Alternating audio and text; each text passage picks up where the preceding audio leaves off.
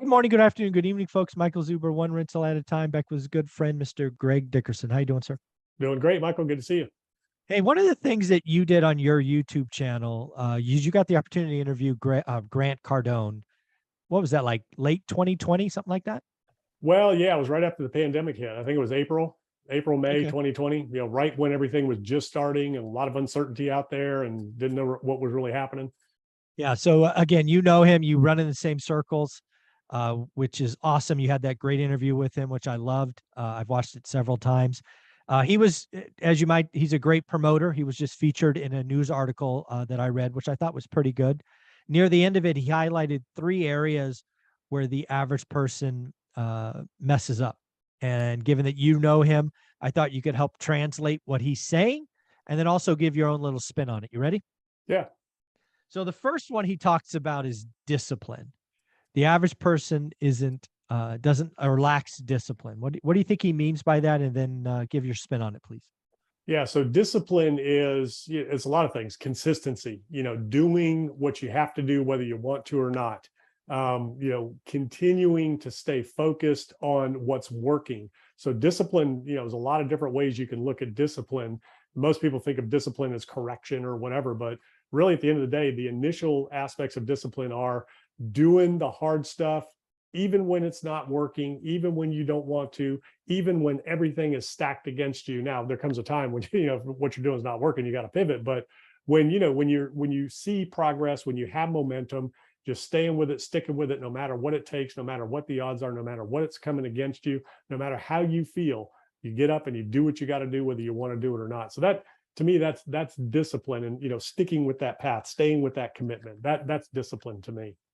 Yeah, and when I think about some of Grant's older videos where he tells his story about what going to car dealerships and selling how to sell cars and all of that, he talked about getting one meeting and then staying in the city for 3 days and hitting lots of stuff. He did, old Grant did.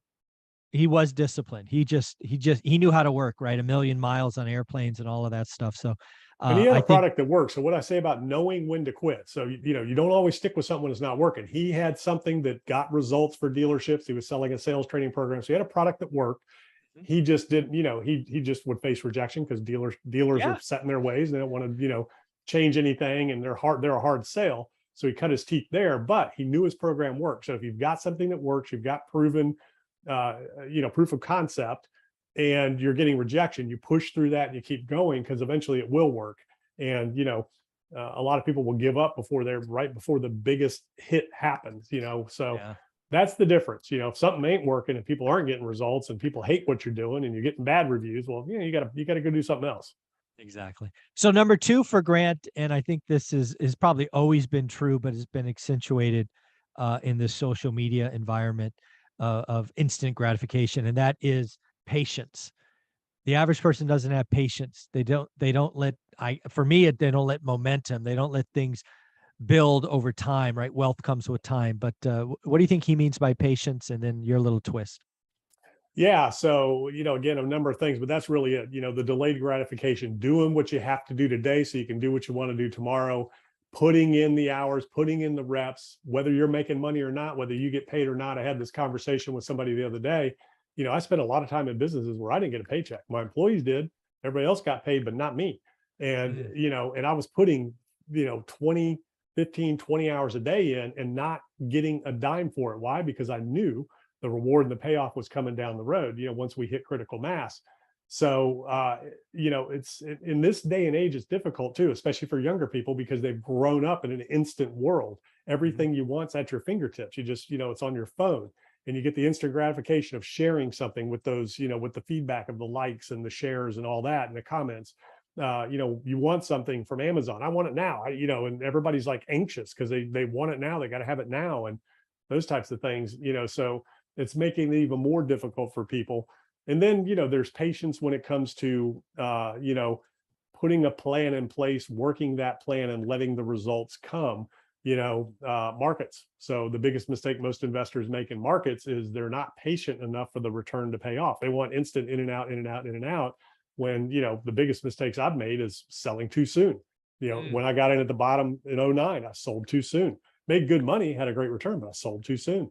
Same Right. thing in 2020, because I just didn't know how far things would go. Now I do. Yeah, now I know where they can go. Yeah. But that's where some of the biggest mistakes I made, not buying at the wrong time, but selling at the wrong time, Mm. in the market. So, not patient enough to let it play out a little longer. But again, I had no idea how far they would go. And, many people didn't. We found out markets Yeah. can go to extreme levels with the Fed doing what they were doing. But Mm. Yeah. that's One. the key. Patience is the key in a lot of things. You got to give things the time to work themselves out, to percolate, and to understand that, sometimes, like I said, that ultimate result is just right around the corner. A lot of people will give up too soon before they just, they've got that one more door to open, and they give Mm. up before they open that door. Yeah.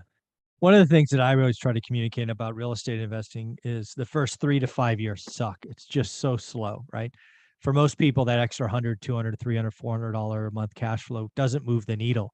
But once you get to like year 3, year 5, wherever it is in your market, and you have the opportunity to recycle capital, that's where things just explode, right? We got to 8 homes, and then we recycled capital via 1031 exchange, and that was game changing. And then the ability to do cash out refis or sell and book profits. I mean, it takes time.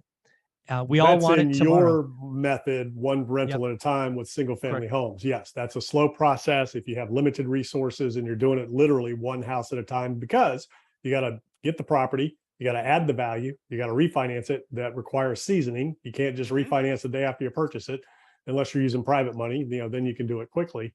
But Yeah. there's ways to accelerate that, and one is Sure. using private money. So you get a pool of investors that put up your Mhm. money, so they pay cash.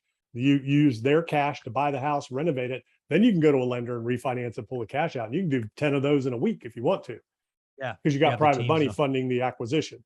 So you refinance it, pay them off. Hopefully you have enough equity where you've got no cash in it. Mhm.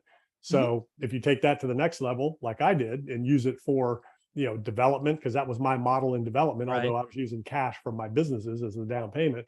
So, I didn't have limits necessarily in terms of what I could do. Then you scale to bigger properties, and that's Grant Cardone's business model. We're talking about Grant. Absolutely. That's what he does. Buys them, Yeah. adds value, refis, pull the equity out, pay investors off, keep going. There you go. And then the last one for Grant is, and I'm going to really love to hear this one because I think this is a weakness of mine, not thinking big enough. Um, what do you think Grant means by that, and your special twist, if you don't mind? Yeah. So all you know is what you know. And most people, don't know what they don't know. And what most people don't know is how big you can really go, how much you can really accomplish, and what the possibilities really are. And that there really are no limits, obviously physically, and, things like that. But when it comes to, business opportunities, there really are no limits if you're willing to educate yourself, build your resources, and take risk, and take, chances when the opportunities come to take that step. So, a lot of people just think really small because of where we came from, a lot of us, and in terms of our limitations that are built into us. And that's really what it is. It's limiting mindset. It's those, self-limiting beliefs that we have, that have been ingrained in us since we were young, that we just don't know what we don't know. We don't know what's possible. We don't know what's capable. And all you got to do is look around, because whatever you think is not true, you can find somebody that's doing it at exponential levels. And if they can do it, you can do it. You just have to have what they have: knowledge, skills, and ability, and open yourself up to it. And that's what I love about it, because when I learn and when I find out things, what I find out is how little I really know. And when I get to places where I think are really big, at one point, once I get there, I'm like, wow, man, I can go much further, much deeper, much bigger. And and then there'll come a point where you've done enough, and enough is enough, and you can settle Yeah. in. But at the end of the day, that's really what it is. We don't know what we don't know. I want to go back to when you launched your business, right? When you were doing decks and all the odd jobs that you were doing. What did Greg Dickerson think? Where did you think that would go? Were you just so focused on getting the next job you didn't really envision, or did you already have a vision of what would ultimately come of that initiative? Yeah, no, I had the vision, of what would come with what I knew and saw at the time. And in my vision evolved every week, every month, every year. The more I did, the more I realized I could do. And Awesome. again, I came from a place where I didn't know anything. I mean, I started with nothing. I had no money, no contacts, no talents, no skills. I wasn't good really at any of the work I was doing. What I was good at was taking action, selling, and keeping going and staying motivated and pouring into myself and building my skills, my beliefs.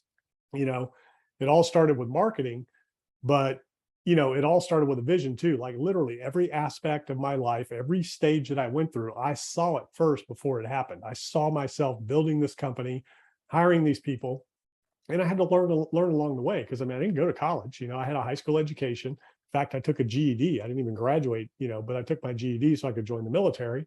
I had some training in the military, got out, had some corporate training. So when I started my business, I was doing it all from the ground up, from what I learned.